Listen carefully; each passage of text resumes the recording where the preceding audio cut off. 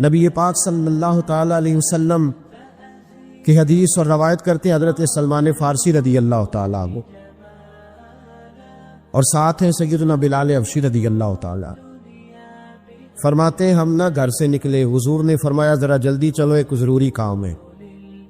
فرماتے ہیں بڑی تیزی کے ساتھ آج روٹین سے ہٹ کر محبوب نے تیز تیز قدم مبارک اٹھائے، تیز تیز، اور فرماتے ہیں ایک گلی ہم نے کراس کی، دوسری گلی میں جو پہنچے تو پھٹے پرانے کپڑے، سادی سی بی بی، اور حالت بتاتی تھی کہ بیچاری کسی غریب گھر کی ہے۔ وہ سڑک پہ کھڑی تھی اور رو رہی تھی۔ میرے کریم رسول نے فرمایا بلال اسے پوچھو کیا مسئلہ ہے، کیوں روتی ہے؟ تو حضرت سلمان عرض کرتے ہیں میں نے کہا حضور میں پوچھ لیتا ہوں، آپ جائیے، کام بڑا ضروری ہے جو نکلے، میں معلومات کرتا ہوں۔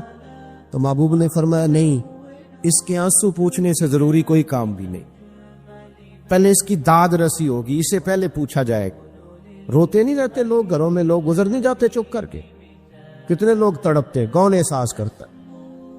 نبی پاک سید عالم صلی اللہ علیہ وسلم رکے اور اس خاتون سے پوچھا کیا بات ہے؟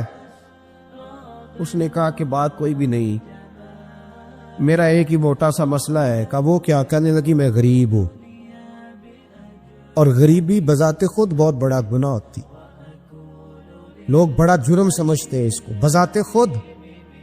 میں نے شروع میں کہا نا کہ مذہبی سٹیج کی بھی صدارت غریب آدمی نہیں کر سکتا، کیونکہ غریب جو ہوا جد کول دتھی ہونی انہیں نیڑے بیٹھنا ہے نا جی، جد کول نہیں انہیں تو پیچھے جا کے بیٹھنا اینڈ تے، اس کو کہڑا دتھی ہے؟ اس سٹیج پہ بھی غریب آدمی کی صدارت نہیں ممکن ہو ہی نہیں سکتا۔ میرے رسول پاک سید عالم صلی اللہ تعالی علیہ وآلہ وسلم نے فرمایا پہلے اسے پوچھو کیا مسئلہ ہے۔ وہ کہنے لگی میں غریب ہوں، بوڑھی ہو گئی ہوں، ساری زندگی غلامی میں گزاری ہے، تیل لینے آئی تھی 5 دینار کا، بوتل میں تیل بھروایا ہے، اور اب بوڑھی ہوں نا تو کمر درد کرتی ہے، پیر پیچھے موڑا ہے تو میں گری ہوں، تیل زمین پی گئی ہے، اب زمین تو واپس نہیں کرتی، لیکن واپس جاؤں گی تو ایک یہودی عورت کی ملازمہ ہوں، وہ درے سے مارے گی، کھال ادھیڑ دے گی، میں بڑی پریشان ہوں، اب نہیں مار کھائی جاتی، ہڈیاں بوڑھی ہیں، قربان جاؤں۔ حضرت بلال کو حضور نے حکم دیا، فرمایا دوڑ کے گھر جا 5 دینار لا۔ فرماتے 5 دینار لائے، تیل خرید کے دیا، وہ پھر رونے لگی۔ فرمایا آپ کیوں روتی ہے؟ اس نے کہا بتایا نا غریب ہوں، غریب کا جرم کوئی نہیں ہوتا، لیکن پیس دیا جاتا ہے، پھر بھی مار تو اب بھی پڑے گی، اب کیوں پڑے گی؟ اور اس کرنے لگی محبوبہ مار اس لیے پڑے گی کہ دیر سے کیوں آئی ہے۔ تو میرے کریم رسول اور وہ بی بی حضور ابھی آئے ہیں مدینہ طیبہ، امام یوسف صالحی فرماتے ابھی آئے تھے حضور، سبل الہدی والرشاد کے مصنف کہتے ابھی آئے تھے نبی پاک، وہ جانتی بھی نہیں تھی۔ تو سید عالم صلی اللہ تعالی علیہ وسلم نے فرمایا اچھا مار پڑے گی؟ کہا ہاں۔ او بھائی کونسلر جو کل آپ کو کہہ رہا تھا نا میں آپ کا خادم ہوں، کونسلر بے گناہ، بلکہ ہمارے SHO صاحب اگر چودھری پہ پرچہ آ جائے تو اس کو ٹیلی فون کر کے پوچھتے ہیں صاحب جی تہاڈے خلاف درخواست آئی ہے، کی کرنا ہے؟ تو غریب آدمی بیچارہ، اس کی غلطی یہ تھی کہ وہ غریب تھا تو اس نے ریڑھی لگا لی چوک میں، اس کو دبوچ کے لے گئے، تینوں پتہ نہیں اتنے نہیں کھلوئی دا، اس کے پاس کل انویسٹمنٹ ہی 5000 تھی، سارا لے گئے۔ پھر وہ کونسلر صاحب کے پاس چلا گیا، سر میرے نال چلے آجے ذرا میں تھانے جانا ہے، انہوں نے کہا گڈی کرائی آ، پیسے ہیں نہیں ایویں تھانے جائیدا ہے۔ اب وہ گاڑی لایا ہے، پتہ نہیں کہاں سے لایا ہے، تھانے پہنچا ہے، اور یہ ہے ہمارا حال کہ وہ SHO بھی بیٹھا ہے کرسی پہ اور کونسلر بھی کرسی پہ بیٹھا ہے، اور وہ غریب پیروں میں بیٹھا ہے اور ہاتھ باندھ کے کہہ رہا میری ریڑھی دے چھڈو، میری 4 دھیاں نے تو میں شامی کھانا کھانا۔ کدھر گیا امت کا وہ ذوق؟ ساری زندگی نعتیں سننے والوں بتاؤ تو صحیح نعت نے تاثیر کیا دی ہے روح؟ اگر ابھی بھی گھاڑی غریب کے پاس کھڑی نہیں ہوتی تو پھر کیا اثر ہوا ساری زندگی نعت سننے کا؟ میرے مصطفیٰ کریم سید عالم صلی اللہ تعالی علیہ وسلم نے فرمایا اس خاتون سے، یہاں کونسلر ساتھ نہیں جاتا، کہتا کر لیا ٹیلی فون، سویرے 9 بجے پہنچ جانا، پر کائنات کی سب سے معزز شخصیت حضرت سیدنا بلال حبشی رضی اللہ تعالیٰ عنہ فرماتے ہیں میرے نبی پاک نے فرمایا بی بی چل میں تیرے ساتھ چلتا ہوں۔ گویا اللہ کی ساری رحمتیں اس کے ساتھ ساتھ چلنے لگی. اور آگے آگے نہیں، ساری کتابیں پڑھ لو. وہ پھٹے پرانے کپڑوں والی بی بی آگے آگے اور اللہ کے کریم رسول پیچھے پیچھے. ساری گلیاں اس نے پھرائی، مدینے کی صحرا آ گیا. ایک دروازے پہ دستک دی سے مالکن آئی. وہ بی بی بعد میں کہتی ہے میں بھی بڑی ڈاڈی تھی، طاقت ہی نہیں تھی میرے سامنے کو کھڑا ہو سکے. لیکن جب میں باہر نکلی تو میں نے نور کے حالے میں لپٹی ہوئی ایک عظیم ہستی کو دیکھا. فرماتے محبوب کے گورے چٹے رنگ کے اوپر کالی زلفیں اور محبوب پاک کی مقدس آنکھیں جب تک بات کرتے رہے نظریں زمین پہ جھکی رہی. شرم و حیا والے رسول نے بڑے میٹھے، بڑے دھیمے، بڑے خوبصورت لہجے میں کہا. بریلی کے امام فرماتے ہیں نیچی نظروں کی شرم و حیا پہ درود. بڑے دھیمے لہجے میں فرمایا تیری نوکرانی ہے تیری. عورت کہتی ہے میں تو حضور کے جلووں میں محب ہو گئی کہ سادگی میں اتنا حسن میں نے دیکھا ہی نہیں. تیری نوکرانی ہے. کہا میرے محبوب نے فرمایا بیچاری کی غلطی کوئی نہیں، اسے مارنا نا، اس سے تیل گر گیا تھا، نیا خریدتے دیر ہو گئی، رو رہی تھی تو میں سفارش کرنے آیا ہوں. وہ خاتون کہتی ہے کسی کی نہیں مانی تھی، پر محبوب کے جملوں میں تاثیر اتنی تھی ککھ سواد نہیں مشری اندر اسا کھنڈا می چکھ ڈٹھیاں انہاں ساریاں شہواں نالوں گلاں سجن دیاں مٹھیاں. فرماتے نبی پاک صلی اللہ تعالی علیہ وآلہ وسلم نے فرمایا کچھ نہ کہنا. کہنے لگی نہیں کہتی، میرا وعدہ رہا کچھ نہیں کہوں گی. اب میرے حبیب نے پھر نظر اٹھائی اور اس غریبنی کی طرف دیکھا اور فرمایا تو اگر کہے تو میں جاؤں، تو اگر کہے تو میں خود بھیک دے، خود ہی کہے منگتے کا بھلا ہو، تو اگر کہے تو میں جاؤں. اس نے خراج پیش کیا تو چند آنسو گرائے. کہنے لگی محبوبہ جیسے بندہ نوازی. حضور نے رخ پھیرا. حضرت بلال کہتے میں پیچھے رہ گیا. میں پیچھے رہ گیا تو وہ دونوں بیویاں دوڑ کے میرے پاس آئی. کہنے لگی بتا تو صحیح ہے کون، یہ بتا تو صحیح کون تھے. تو حضرت بلال کہنے لگی تم نہیں جانتے. جناب بلال فرمانے لگے یہی تو ہیں جنہیں اللہ نے سچا رسول بنا کے بھیجا ہے. بیبیاں دوڑ کے آئی. کہنے لگی محبوبہ دروازے تک آئے ہو تو خالی تو نہ لوٹاؤ، مہربانی فرماؤ ہمیں بھی کلمہ پڑھا دو. ایک واقعہ سناتا ہوں خواجہ معین الدین اجمیری کا. عطائے رسول ہند الولی حضرت خواجہ معین الدین اجمیری رحمت اللہ تعالی علیہ میرے حضرت صاحب فرمایا کرتے ہیں ہم کٹر قادری ہیں، پر ہم کھل کے یہ بات مانتے ہیں کہ ہندوستان کے بادشاہ کا نام معین الدین اجمیری ہے. یہ ببانگے دول مانتے ہیں. بہرحال ہند الولی حضرت خواجہ ہے اجمیری ہے. خواجہ اجمیری جب نئے نئے آئے نا یہاں اجمیر شریف میں، آپ نے خیمہ لگایا تھا، کپڑے کا خیمہ لگا کے اس میں رہتے تھے. تو ایک نوجوان تھا وہ باہر رہتا تھا اجمیر سے، تو وہ آیا کچھ دنوں کے لیے، پڑھائی سے فارغ ہو کے. اجمیر کا رہنے والا تھا لیکن باہر رہتا تھا. جب یہاں آیا نا وہ عصر کے بعد وہ گزرتا خواجہ اجمیری کے خیمے کے سامنے سے، جھونپڑی کے سامنے سے، تو خواجہ صاحب عصر کے بعد بیٹھ کے رویا کرتے تھے. عاشق دا کام نہیں رونا تونا، بنا رویو نہیں منظوری، اے عاشق سدا ہی روندا رہندا پاویں وصل ہوئے تے پاواں دوری. رویا کرتے.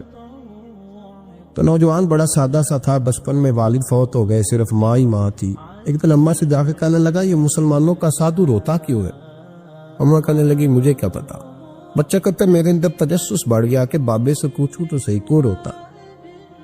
2 4 5 10 دفعہ میں گزرا. ایک دن بے چین ہو کے میں کمرے میں چلا گیا اجرے میں. تو میں نے کہا بابا کیوں روتے ہو؟ کہنے لگے مجھے اپنے شیخ کی یاد آتی، مجھے یاد آتی. تو وہ بچہ کہتا مجھے اس وقت تک پتہ نہیں تھا کہ محبت میں بھی رویا جاتا ہے. میں سمجھتا تھا رونا صرف دکھوں میں آتا ہے.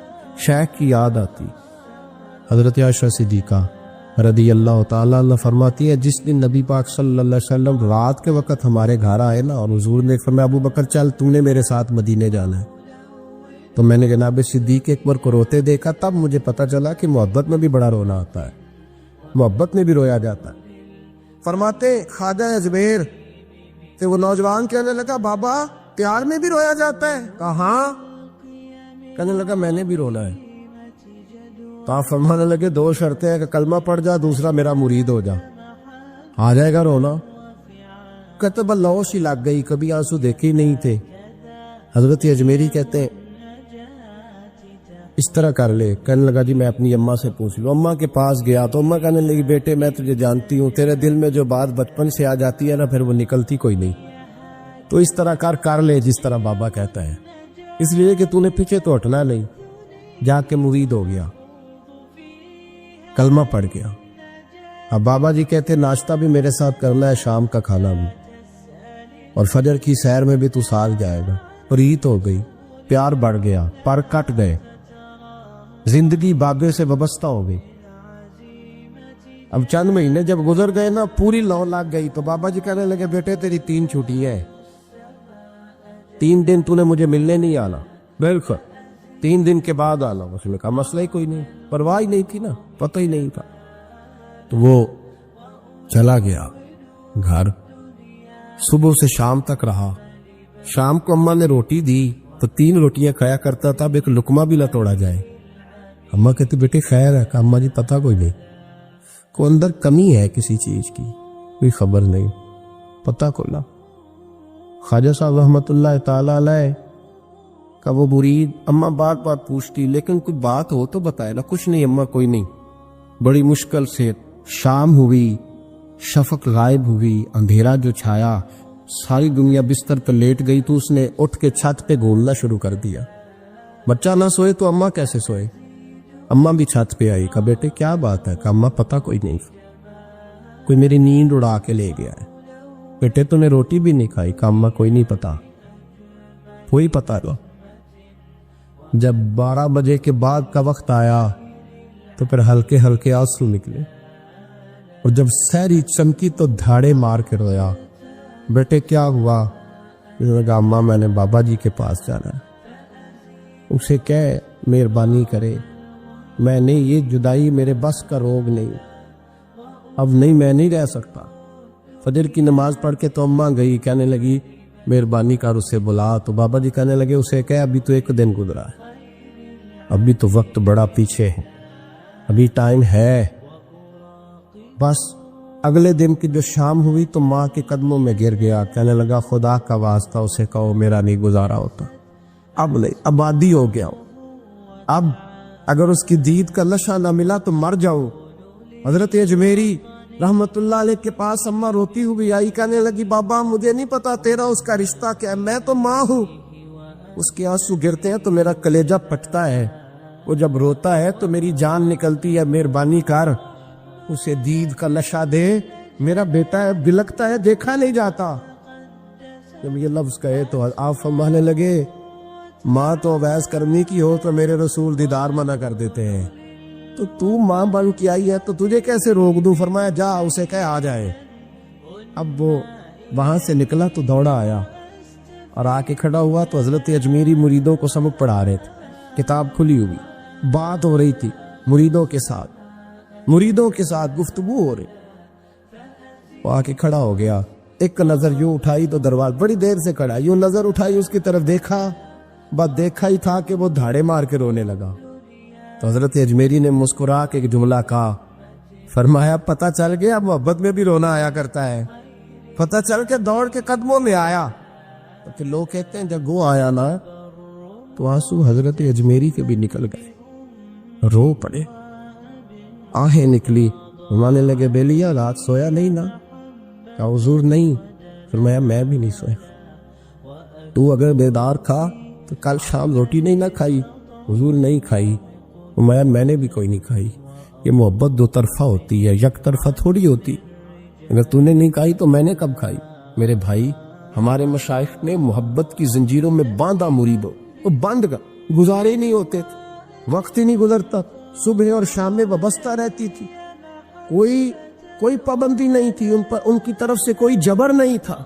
لیکن یہ رنگ, یہ انداز, یہ ڈھنگ, پھر جو شیخ کی یاد میں رونا سیکھ جاتا تھا نا اس کے لیے مدینے کی یاد میں رونا آسان ہو جاتا. اعلی حضرت نے کتاب لکھی ہے الامن والعلا, اس میں آپ فرماتے ہیں جو حضور کی پناہ میں آ جاتا ہے نا وہ بچ جاتا ہے. اللہ کرے آپ کو سمجھ آئے میری بات کی. جو حضور کی پناہ میں آ جاتا ہے وہ جو دنیا دار رہتا ہے, مالدار رہتا ہے, حضور کی پناہ میں نہیں آتا وہ بے سکون رہتا ہے۔ فرماتے ہیں یہاں دنیا میں بھی حضور کی پناہ میں آ جاؤ، آج لے ان کی پناہ۔ اور آج دلیل آپ نے ابن ماجہ کی حدیث لکھی ہے، حضرت تمیم داری حدیث کے راوی ہیں، اعلیٰ حضرت نے لکھی ہے، فرماتے ہیں جو حضور کی پناہ میں آیا بچ گیا۔ دلیل دیتے ہیں، فرمایا انسان جانور بھی آتے تھے تو بچ جاتے۔ حضرت تمیم داری رضی اللہ تعالیٰ عنہ فرماتے ہیں کہ ہم کھڑے تھے، ایک اونٹ دوڑتا ہوا آیا، نبی کریم صلی اللہ علیہ وسلم کے پہلے اس نے قدموں پہ سجدے کیے، صحابہ کہنے لگے حضور ہمیں بھی اجازت دیں، فرمایا وہ تو بے زبان ہے، اسے تو پتہ کوئی نہیں، پیش نظر ہے وہ نو بہار، سجدے کو دل ہے بے قرار، روکیے سر کو روکیے یہی تو امتحان ہے۔ فرمایا اسے کیا پتا، تم تو مکلف ہو شریعت کے، تمہیں اجازت نہیں ہے۔ اور اعلیٰ حضرت نے 2 ٹوک لکھا ہے، فرمایا سوائے خدا کے کسی کو تعظیمی سجدہ بھی حرام ہے، یہ نوٹ کر لیں میری بات۔ اور اعلیٰ حضرت نے فتاوی رضویہ میں لکھا ہے کسی قبر پہ جاؤ تو 4 ہاتھ دور کھڑے رہو، اللہ کرے آپ کو سمجھ آئے، کتنے ہاتھ؟ 4 ہاتھ دور کھڑے رہو، سورۃ فاتحہ پڑھو، درود شریف پڑھو، جس قبر پہ گئے ہو ان کی روح کو اصال ثواب کرو، ان کے وسیلے سے دعا مانگو۔ اعلیٰ حضرت فرماتے ہیں قبر کو سجدہ بالاتفاق حرام ہے، طواف قبر کا کرنا بالاتفاق حرام ہے، بوسہ لینے میں اختلاف ہے کہ جائز ہے کہ ناجائز ہے، لیکن بوسے سے بھی چونکہ شک پڑتا ہے تو فرماتے ہیں احمد رضا کی رائے یہ ہے کہ بوسہ لینے سے بھی بچا جائے۔ وہ آ گیا تو اس سے اگلی باتیں کرتا ہے، بس خاموش رہ، باادب رہ اور پیچھے رہ۔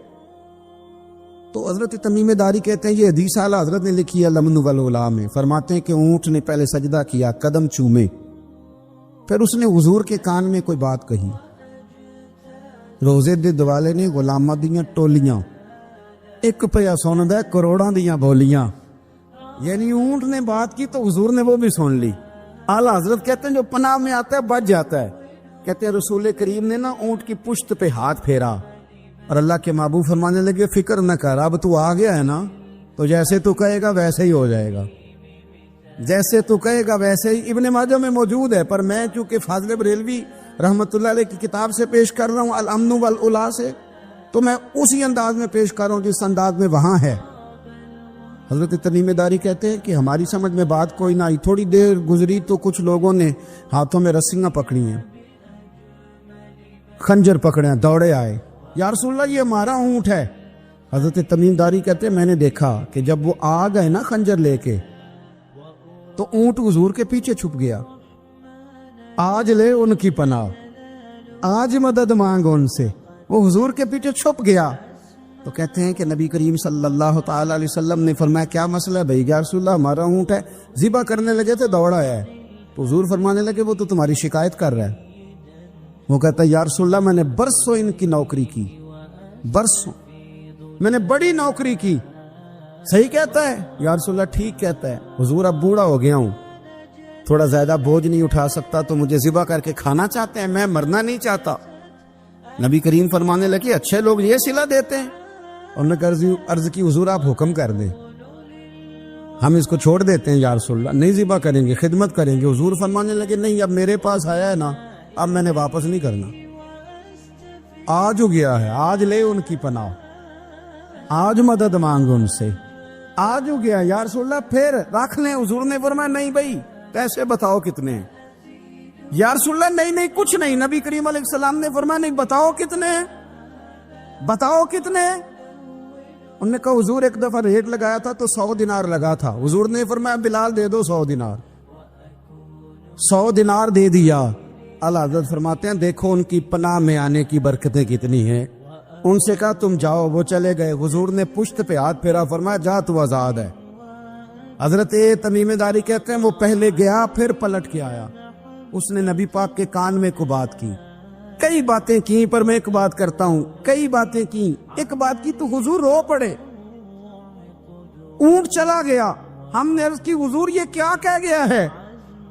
تو محبوب فرمانے لگے یہ کہہ گیا یا رسول اللہ جس طرح آپ نے مجھے چھری سے بچایا ہے، میں دعا کرتا ہوں اللہ آپ کی امت کو جہنم سے محفوظ فرمائے، اللہ جہنم سے بچائے آپ کی امت، اس طرح مجھے چھری سے آپ نے محفوظ کیا۔ اعلیٰ حضرت فرماتے ہیں کن چکروں میں پڑے ہوئے ہو، کن چکروں میں؟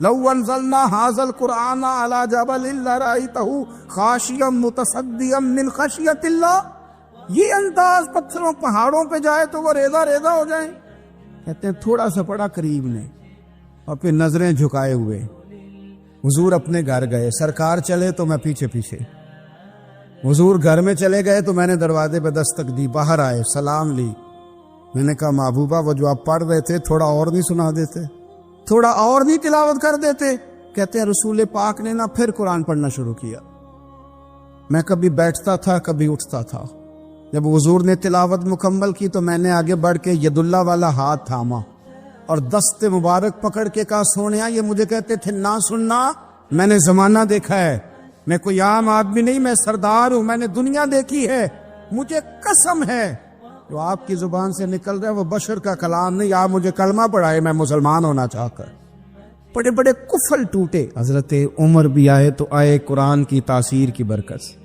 حضرت صدیق اکبر نہ اپنے گھر کے سین میں بیٹھ کے قرآن پاک پڑھتے تھے تو رویا کرتے تھے، روتے تھے۔ مکے کے کچھ سردار کٹھے ہو کے نبی کریم کی بارگاہ میں گئے، کہنے لگے ایک تو صدیق اکبر کو منع کرے کہ قرآن اونچا نہ پڑھا کرے، اور اگر اونچا پڑھنا ہے تو پھر ان سے کہیں پڑھ کے رویا نہ کرے۔ حضور نے فرمایا اپنے گھر میں بیٹھ کے پڑھتا ہے روتا ہے، تمہیں کیا ہے؟ یا رسول اللہ، یہ ابو بکر صدیق جب قرآن پاک کی تلاوت کر کے روتے ہیں نا تو ہماری بچیاں بھی رونے لگتی ہیں، ہماری عورتیں گھر کا کام کاج چھوڑ کے تو صدیق اکبر کے دروازے پہ کھڑی ہو کے روتی رہتی۔ حضور ان سے کہیں یہ قرآن سے جو شغف ہے ان کا، کہاں گئے مسلمان جو قرآن پڑھنے والے تھے، کدھر گئے؟ سارا کچھ ہی ہمارا موبائل لے گیا۔ میں کس طرح یہ بات بیان کروں کہ کچھ لوگوں نے رمضان میں بھی قرآن پاک ایک بھی ختم نہیں کیا، رمضان شریف میں بھی ایک قرآن پاک کی توفیق نہیں ہوئی، لے گیا سارا کچھ ہماری خوش گپیاں۔ کمال ہو گئی، ہم نے سوچا ہی نہیں، فکر ہی نہیں کی۔ سنگیوں واپس آؤ، قرآن پاک سے پیار کرو، قرآن پاک سے محبت کرو، قرآن کی تعلیم حاصل کرو۔ لوگ کہتے ہیں میں بوڑھا ہو گیا ہوں، زبان موٹی ہو گئی ہے، قرآن کیسے سیکھوں؟ 38.5 سال کی عمر میں کلمہ پڑھا حضرت صدیق اکبر نے۔ کچھ صحابہ ان سے بھی عمر میں زیادہ تھے، تو بڑی عمر میں دین سیکھا کہ چھوٹی عمر میں سیکھا؟ ہمیں کیا ہو گیا ہے؟ قرآن پاک کی طرف توجہ کرو۔ میرے نبی پاک علیہ السلام نے فرمایا اس قرآن کی برکت سے اللہ قوموں کو عروج عطا کرے گا، اس کی برکت سے ہی قوموں کو زوال ہوگا۔ حضرت عائشہ صدیقہ کہتی ہیں حضور رات کو نماز کی نیت باندھتے تھے تو ایک ہی آیت پڑھتے تھے، ساری رات ایک ہی آیت پڑھتے رہتے تھے، روتے رہتے تھے، اور جب حضور روتے تھے تو جس طرح ہنڈیا ابلے تو آواز آتی ہے، اس طرح حضور کے سینے سے آواز آتی تھی۔ جبیر بن مطعم کہتے ہیں میں بدر کے قیدیوں کے بارے میں بات کرنے آیا حضور سے، نبی پاک مغرب کی جماعت کرا رہے تھے۔ جب میں مدینے پہنچا تو مسجد نبوی کے باہر کھڑے ہو کے میں نے حضور کی تلاوت سنی۔ فرماتے بس میں تو بات کرنے آیا تھا نا، تو وہ آیتیں سنی تو مجھے یوں لگا مجھ پہ بجلیاں گر رہی۔ کون ہے جو میرے دل کے کفر اور کفل دھو رہا ہے؟ بس قرآن سنتا گیا اور رب مجھے ایمان کی توفیق عطا فرماتا گیا۔ میں نے کلمہ پڑھ لیا، مسلمان۔ قرآن ہی ہمارے ہر مسئلے کا حل ہے۔ میں کیا کروں؟ قرآن پڑھتے ہیں ہمارے ہاں، پر قبروں پہ پڑھا جاتا ہے، پر ختموں پہ۔ کیا قرآن پاک کا یہ حق نہیں تھا کہ وہ شادی والے دن بھی پڑھا جاتا؟ کیا قرآن پاک کا یہ حق نہیں تھا کہ وہ اسمبلی میں بھی پڑھا جاتا؟ قرآن پاک نہ شکایت کر رہا ہے، شکایت کرتا ہے کہ ان لوگوں نے نا مجھے ختموں پہ پڑھا ہے، اسمبلی میں نہیں پڑھا۔ وزیر اعظم کے خطاب سے پہلے تلاوت ہوتی ہے تو یہ تلاوت کے بعد یہ اعلان کیوں نہیں کرتے کہ ہم کریں گے وہ جو قرآن کہے گا؟ صدر کے خطاب سے پہلے تلاوت کراتے ہو تو یہ کیوں نہیں کہتے کہ اب ہوگا وہ جو قرآن کہہ رہا ہے؟ اسمبلی کا اجلاس تلاوت قرآن پاک سے شروع کرتے ہو تو یہ بھی تو کہو نا قرآن کے مطابق فیصلے ہوں گے۔ عدالتوں میں قسمیں اٹھانے کے لیے قرآن رہ گیا ہے، اس پہ ہاتھ رکھ کے کہو جو کہوں گا سچ کہوں گا۔ آج کے بعد وکیل بھی ہاتھ رکھے نا قرآن پاک پہ، جج بھی ہاتھ رکھے قرآن پاک، گواہ بھی رکھے، ملزم بھی رکھے، اور مدعی بھی بتائے کہ اس نے پرچہ صحیح درج کرایا، اس نے صحیح درج کرایا، نام صحیح لکھوائے، اور یہ سارے بتائیں جج سے لے کر ملزم تک کہ ہم فیصلہ وہ کریں گے جو قرآن پاک نے ہمیں کہا۔ صرف قسموں کے لیے رہ گیا ہے؟ 2 صورتیں پڑھنی نہیں آتی اور تم بیچ میں قرآن پاک کو لا کے قسمیں اٹھاتے ہو۔ وہ تاجر جو دکان شروع کرنے سے پہلے تلاوت کراتا ہے، کس لیے کراتا ہے؟ کہ میں تجارت قرآن پاک کے مطابق کراؤں گا، اس لیے کراتا ہے۔ وہ تو کہتا ہے ذرا دکان صحیح چلے، ذرا برکت آ جائے۔ برکت نری تلاوت کرانے سے نہیں آئے گی، قرآن کے مطابق تجارت کر، پھر زیادہ برکت آئے گی۔ نبی پاک صلی اللہ تعالی علیہ وسلم کی حدیث اور روایت کرتے ہیں حضرت سلمان فارسی رضی اللہ تعالیٰ عنہ، اور ساتھ ہیں سیدنا بلال حبشی رضی اللہ تعالیٰ۔ فرماتے ہیں ہم نہ گھر سے نکلے، حضور نے فرمایا ذرا جلدی چلو، ایک ضروری کام ہے۔ فرماتے ہیں بڑی تیزی کے ساتھ آج روٹین سے ہٹ کر محبوب نے تیز تیز قدم مبارک اٹھائے، تیز تیز، اور فرماتے ہیں ایک گلی ہم نے کراس کی، دوسری گلی میں جو پہنچے تو پھٹے پرانے کپڑے، سادی سی بی بی، اور حالت بتاتی تھی کہ بیچاری کسی غریب گھر کی ہے۔ وہ سڑک پہ کھڑی تھی اور رو رہی تھی۔ میرے کریم رسول نے فرمایا بلال اسے پوچھو کیا مسئلہ ہے، کیوں روتی ہے؟ تو حضرت سلمان عرض کرتے ہیں میں نے کہا حضور میں پوچھ لیتا ہوں، آپ جائیے، کام بڑا ضروری ہے جو نکلے، میں معلومات کرتا ہوں۔ تو محبوب نے فرمایا نہیں، اس کے آنسو پوچھنے سے ضروری کوئی کام بھی نہیں، پہلے اس کی داد رسی ہوگی، اسے پہلے پوچھا جائے گا۔ روتے نہیں رہتے لوگ گھروں میں، لوگ گزر نہیں جاتے چپ کر کے، کتنے لوگ تڑپتے، کون احساس کرتا ہے؟ نبی پاک سید عالم صلی اللہ علیہ وسلم رکے اور اس خاتون سے پوچھا کیا بات ہے؟ اس نے کہا کہ بات کوئی بھی نہیں، میرا ایک ہی موٹا سا مسئلہ ہے۔ کہا وہ کیا؟ کہنے لگی میں غریب ہوں، اور غریبی بذات خود بہت بڑا گناہ ہوتی، لوگ بڑا جرم سمجھتے ہیں اس کو بذات خود۔ میں نے شروع میں کہا نا کہ مذہبی سٹیج کی بھی صدارت غریب آدمی نہیں کر سکتا، کیونکہ غریب جو ہوا جد کول دتھی ہونی انہیں نیڑے بیٹھا ہے نا جی، جد کول نہیں انہیں تو پیچھے جا کے بیٹھا ہے، اس کو کہنا دتھی ہے۔ اس سٹیج پہ بھی غریب آدمی کی صدارت نہیں ممکن، ہو ہی نہیں سکتا۔ میرے رسول پاک سید عالم صلی اللہ تعالی علیہ وآلہ وسلم نے فرمایا پہلے اسے پوچھو کیا مسئلہ ہے۔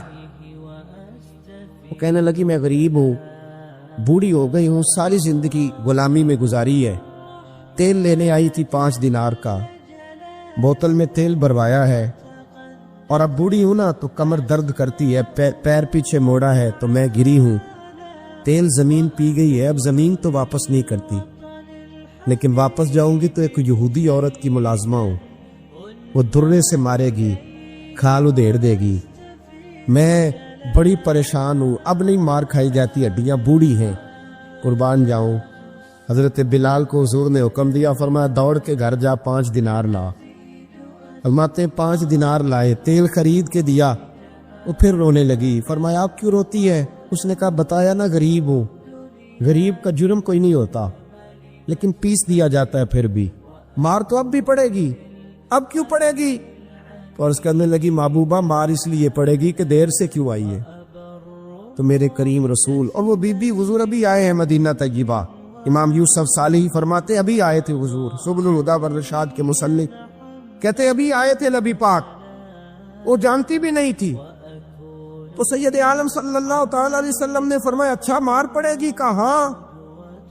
او بھائی کونسلر جو کل آپ کو کہہ رہا تھا نا میں آپ کا خادم ہوں، کونسلر بے گناہ، بلکہ ہمارے SHO صاحب اگر چودھری پہ پرچہ آ جائے تو اس کو ٹیلی فون کر کے پوچھتے ہیں صاحب جی تہاڈے خلاف درخواست آئی ہے، کی کرنا ہے؟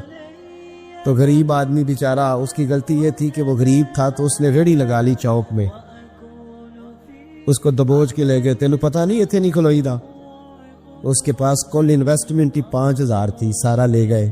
پھر وہ کونسلر صاحب کے پاس چلا گیا، سر میرے نال چلے آدھے ذرا میں تھانے جانا ہے، انہوں نے کہا گڈی کرائی آ، پیسے ہیں نہیں ایویں تھانے جائیدا ہے۔ اب وہ گاڑی لایا ہے، پتہ نہیں کہاں سے لایا ہے، تھانے پہنچا ہے، اور یہ ہے ہمارا حال کہ وہ SHO بھی بیٹھا ہے کرسی پہ اور کونسلر بھی کرسی پہ بیٹھا ہے، اور وہ غریب پیروں میں بیٹھا ہے اور ہاتھ باندھ کے کہہ رہا میری ریڑھی دے چھڈو، میری 4 تھیاں نے تو میں شامی کھانا کھانا۔ کدھر گیا امت کا وہ ذوق؟ ساری زندگی نعتیں سننے والوں بتاؤ تو صحیح، نعت نے تاثیر کیا دی ہے روح؟ اگر ابھی بھی گھاڑی غریب کے پاس کھڑی نہیں ہوتی تو پھر کیا اثر ہوا ساری زندگی نعت سننے کا؟ میرے مصطفیٰ کریم سید عالم صلی اللہ تعالی علیہ وسلم نے فرمایا اس خاتون